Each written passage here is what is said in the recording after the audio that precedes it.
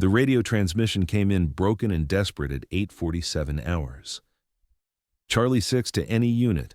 We are taking precision fire from multiple positions. 3 casualties. Can't move. Can't get a fix on shooters. They're invisible. They're everywhere.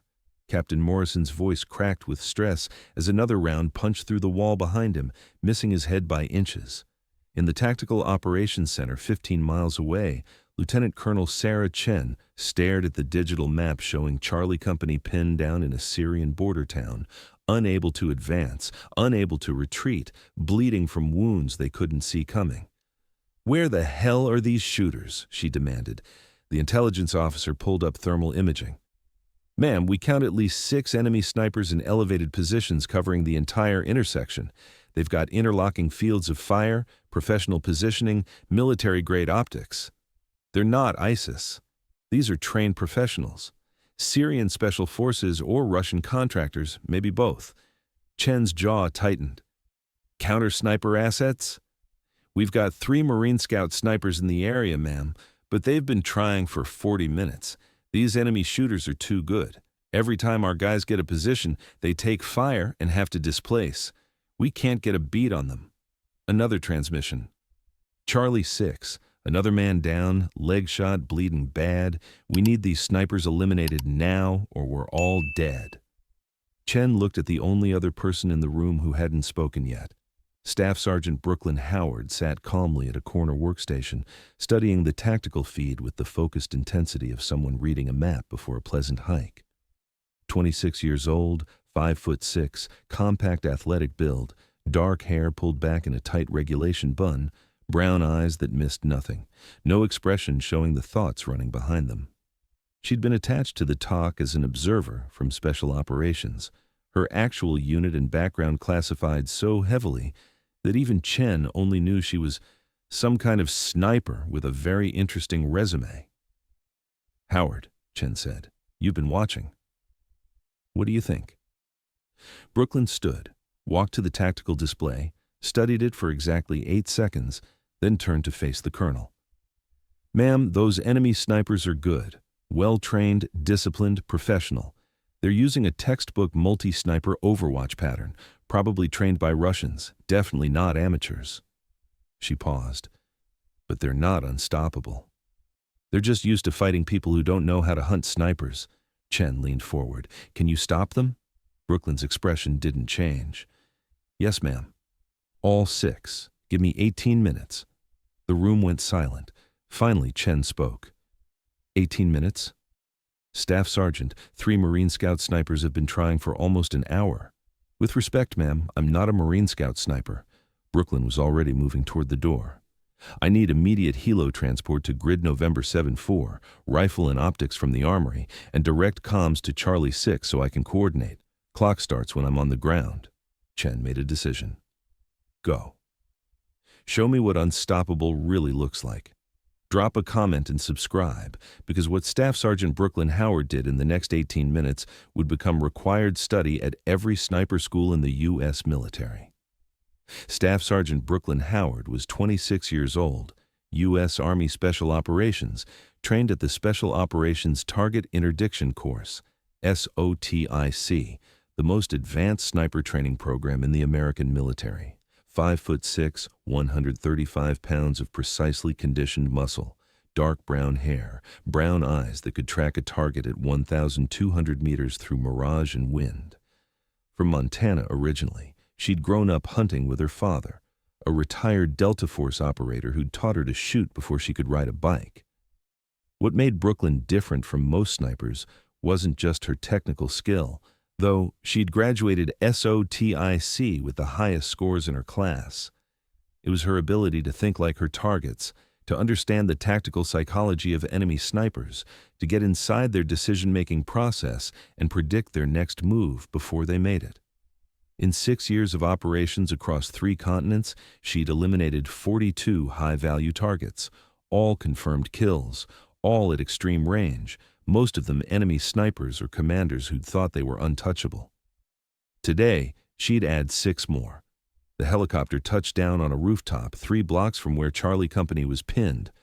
Brooklyn stepped out carrying a modified M110 semi-automatic sniper system with a Schmidt and Bender scope, a suppressor to reduce her signature, and a drag bag containing 200 rounds of 7.62 millimeter match-grade ammunition. She moved to the roof edge, set up a hasty position behind an HVAC unit, and keyed her radio. "Charlie 6, this is Overwatch. I'm on station. Sit rep." Captain Morrison responded immediately. "Overwatch, we have 18 men pinned in 3 buildings around an intersection. We've taken 7 casualties, 3 killed in action, 4 wounded. Enemy snipers have us completely locked down. We can't move without taking fire." "Copy. I need you to mark enemy firing positions every time they shoot. Use smoke if you can see the building, verbal grid if you can't." "Roger. But these guys are ghosts. They shoot and displace. We never see muzzle flash, never get a solid position." Brooklyn was already scanning through her scope. The intersection below was a kill zone, open ground with multiple elevated positions overlooking it. She could see why Charlie Company was trapped. 6 enemy snipers with coordinated fields of fire could dominate this entire area. But she was looking for something specific: patterns. "Charlie 6, next time someone shoots, I need immediate direction. Don't worry about precision, just general area." "Copy." 30 seconds later, a Marine tried to cross an alley. A single shot cracked out. The Marine went down clutching his shoulder. "Northeast sector, 3-story building, top floor." Brooklyn's scope swept to the building. She didn't see the shooter. He was already displaced. But she saw what she was looking for: a broken window that had been intact in her initial scan. The sniper had fired from there, then moved. She marked the position mentally and kept scanning. Over the next 5 minutes, 4 more shots. Each time, Brooklyn tracked the general direction, studied the aftermath, built a mental map of enemy positions. Most countersnipers would try to spot the shooter and engage. Brooklyn was doing something different. She was analyzing the pattern of their coverage, understanding their tactical deployment, figuring out their coordination. After 5 minutes, she had what she needed. "Charlie 6, I have pattern recognition on enemy positions. 6 shooters positioned in buildings creating interlocking fire. They're rotating. One shoots, others cover. Shooter displaces to backup position. Professional tactics, probably Russian trained. Can you engage them?" "Affirmative. I need you to do something for me. In exactly 60 seconds, I need someone to attempt crossing that intersection from Building 2 to Building 3. Just an attempt. Get visible, then get back to cover fast." "You want us to draw fire?" "I want them to reveal themselves. 1 minute." Brooklyn moved to a different position on her rooftop, set up behind a concrete ledge, ranged the distances to 6 buildings she'd identified as probable enemy positions: 680 meters to the northeast building, 720 to the northwest, 640 to the east, 710 to the southeast, 695 to the south, 750 to the west. 60 seconds passed. A Marine burst from Building 2, sprinting toward Building 3. Immediately, 2 shots cracked out, one from the northeast, one from the southeast. The Marine dove for cover, unharmed. Brooklyn's scope was already on the northeast building, 3rd floor, window partially obscured by curtain. She saw the faint outline of movement, someone repositioning after firing. She didn't fire, not yet. She shifted to the southeast building, 2nd floor, window with broken glass. There, movement behind an interior wall, visible only as a shadow. She didn't fire at that one either. Instead, she keyed her radio. "Charlie 6, I have visual on 2 enemy positions. Do not move yet. I need to confirm all 6 before I engage." "Overwatch, we don't have time for—" "Trust me." 3 more minutes. Brooklyn understood something most people didn't. Engaging one sniper would alert the others. She needed to identify all 6 positions before she started shooting, then eliminate them in rapid sequence before they could react and reposition. She studied the tactical situation. 6 enemy snipers, coordinated coverage, professional discipline. They were confident no one could touch them. That confidence was about to be fatal. She initiated the next phase. "Charlie 6, I need suppressive fire on the northeast building, 3rd floor. Spray the windows. Make them think you're trying to hit them. Don't actually expose yourselves. Just shoot from covered positions. Copy. Engaging now. Rifle fire erupted from Charlie Company's positions, rounds sparking off the northeast building. The enemy sniper there would be taking cover, focused on the incoming fire, which meant he wouldn't see Brooklyn. Her scope settled on the third-floor window. She could see the shape behind the wall now, someone crouching, waiting for the suppressive fire to stop. She fired. The suppressed M110 cracked quietly. Through her scope, she saw the impact, center mass. The enemy sniper jerked and fell. 1 down, 5 to go. The other enemy snipers didn't know yet. The suppressed shot, the ongoing noise of Charlie Company's fire, the fact that their comrade was inside a building, they couldn't know he was dead. Brooklyn was already transitioning to her next target. Southeast building, 2nd floor. That sniper would be watching the Marines, looking for someone to expose themselves. She ranged the distance, 710 meters, and settled her crosshairs on the dark window. She waited. Patience was the sniper's greatest weapon. 15 seconds passed. Then she saw it, slight movement as the enemy sniper shifted position, adjusting his aim. She fired. The round crossed 710 meters in less than a second and punched through the window. The shadowy figure collapsed. 2 down, 4 to go. Clock running, 7 minutes elapsed. Now it got harder. The remaining 4 snipers would start to notice their teammates weren't responding on radio. They'd get cautious, suspicious. Brooklyn needed to work faster. Charlie 6, smoke the intersection. Every grenade you've got. Copy. Smoke grenades deployed, white clouds billowing across the open ground. The intersection disappeared into thick fog. The enemy snipers would be trying to see through it, watching for Marines attempting to move under cover of smoke. Brooklyn used the distraction. She moved to the opposite side of her rooftop, set up a new position with a different angle. From here, she had clean sight lines to 3 of the remaining 4 enemy positions. Northwest building, 720 meters. She'd seen muzzle flash from there earlier. Top floor, corner room. Her scope swept the windows. There, curtain moving. Someone inside checking the smoke situation. She fired. The round penetrated the curtain. Behind it, someone fell. 3 down, 3 to go. 10 minutes elapsed. The enemy snipers knew something was wrong now. Their teammates weren't answering radio calls. The tactical situation was changing. Brooklyn saw the next one make a mistake. East building, 640 meters.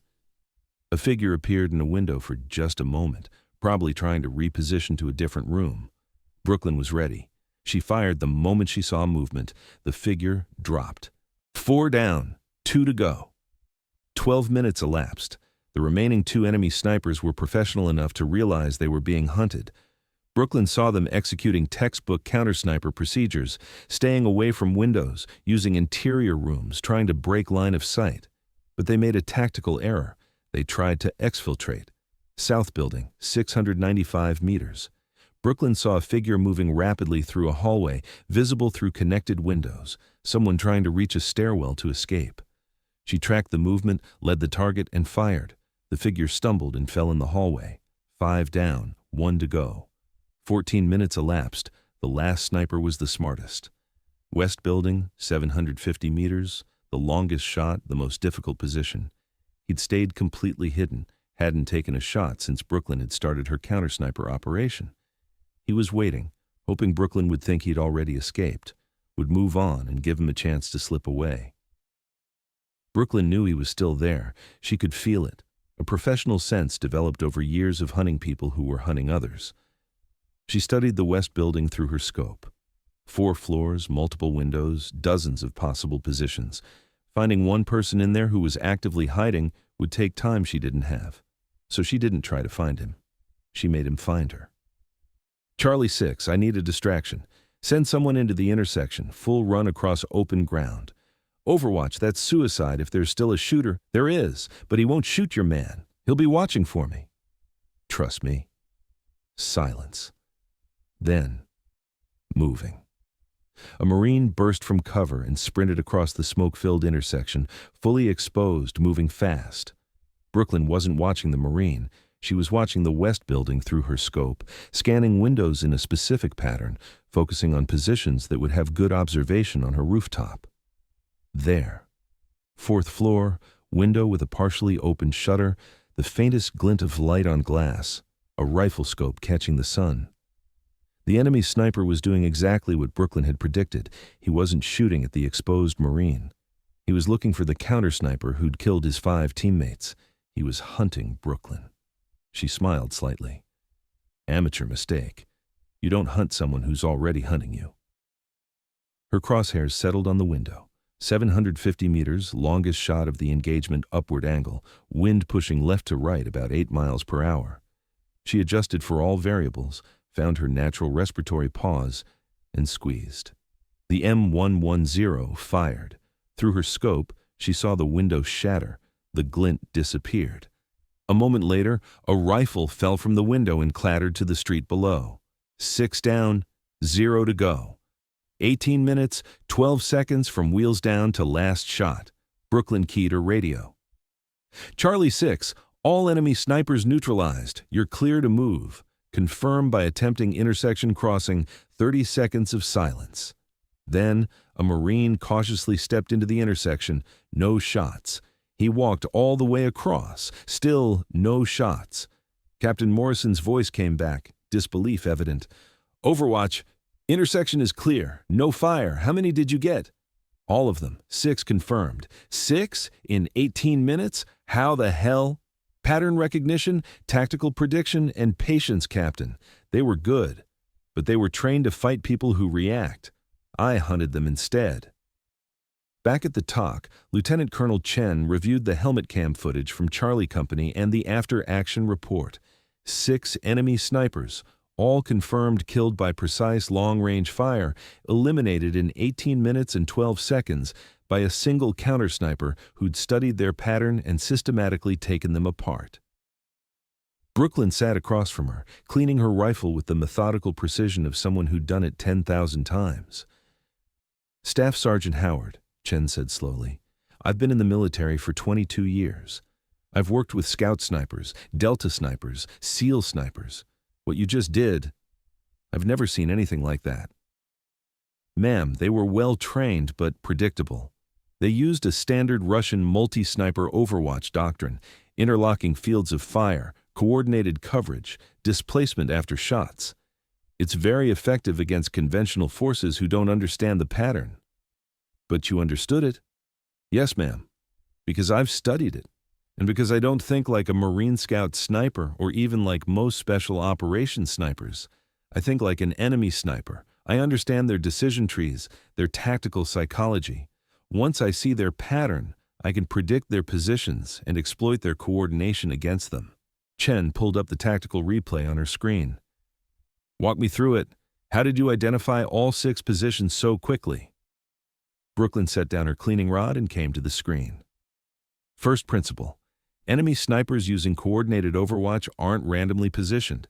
They follow a tactical geometry, overlapping fields of fire, mutually supporting positions, escape routes planned. Once I understood they were using this doctrine, I could predict where they'd be positioned based on the terrain. She pointed to the map. 6 shooters covering 1 intersection means they need 3 primary positions with backup positions for each. I identified the 3 buildings that gave them best coverage, northeast, southeast, and west. Then I looked for backup positions within displacement range that gave me northwest, east, and south. But how did you know someone was in each position without seeing them? Process of elimination and pattern confirmation. When I had Charlie 6's men draw fire, I tracked which positions responded. 2 shots meant 2 primary positions activated. The others stayed quiet. Proper discipline. But their silence confirmed they existed, because if there were only 2 snipers, they'd both have fired to maximize suppression. Chen studied the timeline. You killed the first one under suppressive fire. They never knew he was hit. Correct. I needed to eliminate at least 2 before they realized they were being counter-sniped. Once I got the first 2, the others went into defensive mode, which made them predictable. They'd either try to reposition or exfiltrate. I covered both options. The last one was waiting for you. Yes, ma'am. He was the smartest. He understood someone was hunting them and tried to reverse the hunt. But he made a tactical error. He prioritized finding me over maintaining position security. When I gave him a target he thought would draw me out, he couldn't resist trying to spot me. That's when he exposed his position. Chen sat back. 18 minutes, 6 enemy snipers who'd been pinning down an entire company. And you made it look easy. It wasn't easy, ma'am. It was pattern recognition, tactical prediction, and execution. The same process I'd use for any counter-sniper operation. How many times have you done this? Operations like this, I mean. Brooklyn was quiet for a moment. This was my 7th multi-target counter-sniper mission. Previous record was 4 targets in 23 minutes in Afghanistan. Today's 6 and 18 is a personal best. Chen pulled up Brooklyn's classified file, the parts she was cleared to see. Your SOTIC instructors wrote that you have an almost supernatural ability to predict enemy sniper behavior and positioning. Your Delta Force evaluators said you think like the enemy better than anyone they've ever seen. Your last unit commander wrote that you're the most effective counter-sniper asset in the U.S. military. Brooklyn shrugged slightly. I just understand how snipers think, ma'am. Most people don't realize that snipers are very predictable. We're trained to follow specific tactical doctrines, to position ourselves according to specific principles. Once you understand those principles, you can predict behavior. You say, we're trained, like you're one of them. I am one of them, ma'am. I'm a sniper. I just happen to specialize in hunting other snipers. I understand them because I am them. I just think one step further ahead. 3 days later, Brooklyn stood in front of 30 U.S. military snipers at a special operations compound, giving a briefing on counter-sniper tactics. The room was filled with Marine Scout snipers, Army snipers, some Rangers, even a couple of SEALs, all experienced shooters, all here to learn from the woman who'd eliminated 6 enemy snipers in 18 minutes. Counter-sniper operations are fundamentally different from standard sniper missions, she began. When you're hunting regular targets, infantry, commanders, technical operators, you're hunting people who don't know you're there and aren't specifically looking for you. But when you're hunting snipers, you're hunting people who are trained exactly the way you're trained, who understand the same tactical principles you do, and who are actively looking for counter-sniper threats. She clicked to the first slide showing the Syrian intersection. 3 days ago, I engaged 6 enemy snipers who'd been trained by Russian military advisors. They were using a textbook multi-sniper overwatch doctrine that's very effective against conventional forces. Charlie Company had been pinned down for almost an hour, and 3 Marine Scout snipers hadn't been able to get a solid counter-sniper solution. One of the Marines raised his hand. Ma'am, no disrespect, but how did you succeed where 3 experienced Scout snipers couldn't? Good question. The answer is, I used a different methodology. Most counter-sniper operations focus on detection, using optics, thermals, acoustic sensors to spot enemy snipers, then engaging once detected. That works against amateur shooters or lone snipers. But against a coordinated multi-sniper team, detection-based methodology fails because by the time you detect one sniper and engage, the others have detected you and you're taking fire from multiple directions. She clicked to the next slide showing a tactical diagram. My methodology is prediction-based. Instead of trying to spot enemy snipers, I analyze the terrain and the tactical situation to predict where they must be positioned if they're using professional doctrine. I look for the pattern of their coverage. Which areas are they controlling? Which angles are they covering? What fields of fire are they establishing? Once I understand their pattern, I can predict their positions with high accuracy even without seeing them. Another student asked, but how do you know they're using professional doctrine? What if they're just randomly positioned? Then they're not a real threat, Brooklyn answered. Random positioning might get lucky with a few shots, but it can't maintain sustained coverage of a target area. If a sniper team is effectively controlling terrain for an extended period, they're using doctrine, which means they're predictable.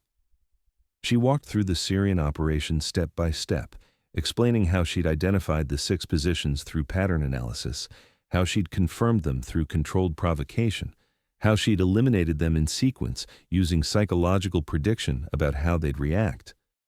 The key insight, she said, is that snipers are trained to think tactically, to make optimal decisions based on battlefield geometry and threat assessment. That training makes us effective, but it also makes us predictable if someone understands the same doctrine and thinks one level deeper. A SEAL sniper raised his hand. "Ma'am, you mentioned you think like an enemy sniper. Can you explain what that means practically?" Brooklyn nodded. "When I'm on a counter-sniper mission, I don't think about where I would shoot from. I think about where my enemy would shoot from based on their training, their culture, their typical tactical preferences. Russian-trained snipers tend to favor elevated positions with good escape routes. They're trained to displace after every shot. Middle Eastern snipers often prefer positions close to their exit routes because they're usually operating in hostile urban terrain where they need quick exfiltration. American-trained snipers typically prioritize optimal range and concealment over escape routes because we're usually operating with fire support available." She clicked to another slide showing different sniper positions. "Understanding these cultural and training differences allows me to predict behavior. When I identified that the Syrian snipers were Russian-trained based on their disciplined fire patterns and coordinated coverage, I immediately knew they'd have backup positions within 50 to 100 meters of their primary positions. They'd prioritize height over concealment, and they'd attempt to displace after the third or fourth shot from any position. That knowledge let me predict their locations and their reactions. The briefing continued for 2 hours. Brooklyn walked them through 5 different counter-sniper operations she'd conducted, explaining the tactical psychology behind each engagement, the pattern recognition that had allowed her to locate enemy snipers, and the prediction-based methodology that made her so effective. At the end, the senior instructor, a veteran Marine Scout sniper with 20 years of experience, approached her.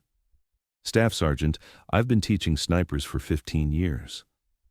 What you're describing, this prediction-based methodology, this tactical psychology approach, we don't teach this. We teach detection and engagement, but what you're doing is clearly more effective against professional opponents. Would you be willing to help us develop curriculum to teach this?" Brooklyn considered. "I can teach the principles, but I'm not sure everyone can apply them. It requires a specific mindset. You have to be able to think like your enemy, to get inside their decision-making process. That's not a natural skill for most people." "How did you develop it?" "My father. He was Delta Force, spent 20 years hunting people who were hunting Americans. He taught me from a young age that the most dangerous enemies are the ones who can predict your behavior. He trained me to always think 2 steps ahead, to understand not just what I would do, but what my enemy would expect me to do and how to exploit that expectation."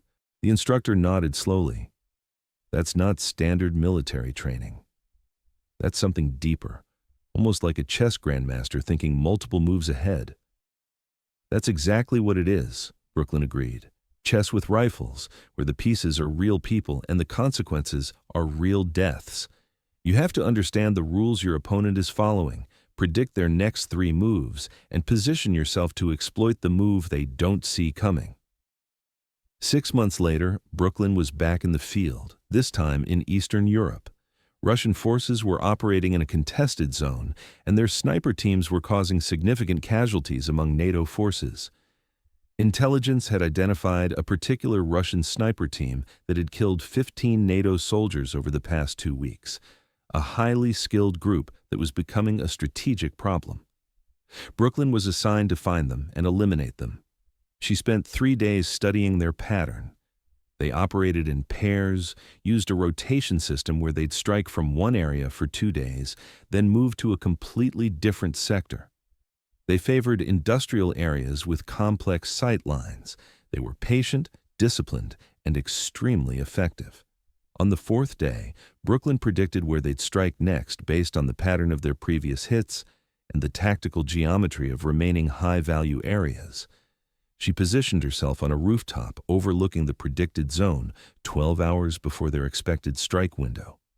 At 0640 hours, she spotted them, 2 figures moving into an abandoned factory building 800 meters away. They were being careful, using proper tactical movement, checking for counter-surveillance. But they weren't checking for someone who'd predicted their location 12 hours earlier and had been waiting in position since before dawn. Brooklyn watched them set up their hide, watched them settle in, watched them scan for targets in the NATO-controlled area below. Then she eliminated both of them with 2 shots, 8 seconds apart, before they ever saw her. The operation was so clean, so perfectly executed, that NATO forces didn't even know there had been a counter-sniper mission until Brooklyn filed her after-action report. The Russian sniper team that had killed 15 NATO soldiers was gone, eliminated by a single counter-sniper who'd understood their pattern well enough to be waiting for them before they even arrived. Years later, after Brooklyn had retired from active service and was working as a senior instructor at SOTIC, students would study the Syrian operation, 6 enemy snipers eliminated in 18 minutes, as a textbook example of prediction-based counter-sniper methodology. But Brooklyn would always tell them the same thing. That operation wasn't about being the best shooter or having the best equipment. It was about understanding my enemy better than they understood themselves. The 6 snipers I killed that day were well-trained professionals. They made very few tactical errors, but they made one critical mistake. They assumed no one could think faster than them, predict their positions better than they could hide them, and execute a counter-sniper operation before they could react. She'd pause, making sure every student was listening. They weren't unstoppable. They were just used to fighting people who didn't know how to hunt snipers. The moment they faced someone who understood their doctrine and thought one step ahead of them, their professional training became a liability instead of an asset. They were predictable, and in sniper warfare, predictable is fatal. That was the lesson that mattered. Not the 18 minutes, not the 6 confirmed kills, not the tactical geometry or the pattern recognition. The lesson was that the most dangerous person on the battlefield isn't necessarily the best shooter or the most experienced warrior. Sometimes the most dangerous person is the one who understands you better than you understand yourself, who can predict your next move before you make it, and who's already positioned to exploit the decision you don't even know you're about to make. That's what Brooklyn Howard understood better than almost anyone in the military. That's what made her unstoppable against people who thought they were unstoppable. Because she knew a secret most people never learn. Everyone is predictable if you understand the rules they're following. And once you can predict someone, you can hunt them. The Syrian operation became legend, not because of the speed or the body count, but because Brooklyn had demonstrated something most military tacticians thought impossible, that a single operator with the right mindset could dismantle an entire enemy sniper network before they even knew they were being hunted. Command had called those 6 snipers unstoppable. Intelligence had marked them as high-value targets that would require a full platoon operation to neutralize. 3 experienced Marine Scout snipers had spent an hour trying and failing to get a solution. Brooklyn had studied them for 7 minutes, predicted their positions in 3, and eliminated all 6 in 18. The after-action report was classified and distributed to every Special Operations Sniper unit in the U.S. military. The tactics she'd used, pattern recognition over detection, prediction over reaction, psychological analysis over technical superiority, became foundational principles in advanced counter-sniper training. Her methodology was taught at SOTIC, at Marine Scout Sniper School, at SEAL sniper courses, even to Allied military forces. But Brooklyn herself remained largely unknown outside classified circles. No medals were publicly awarded. No press releases announced her achievement. She preferred it that way. The quiet professional who'd proven that intelligence and patience could overcome any enemy, no matter how skilled, no matter how coordinated, no matter how unstoppable everyone said they were. Because in the end, the deadliest weapon wasn't the rifle or the scope or even years of training. It was the ability to think one step ahead of someone who thought they were already thinking ahead of you. Thank you for watching. Subscribe to hear more powerful stories of brave women in uniform.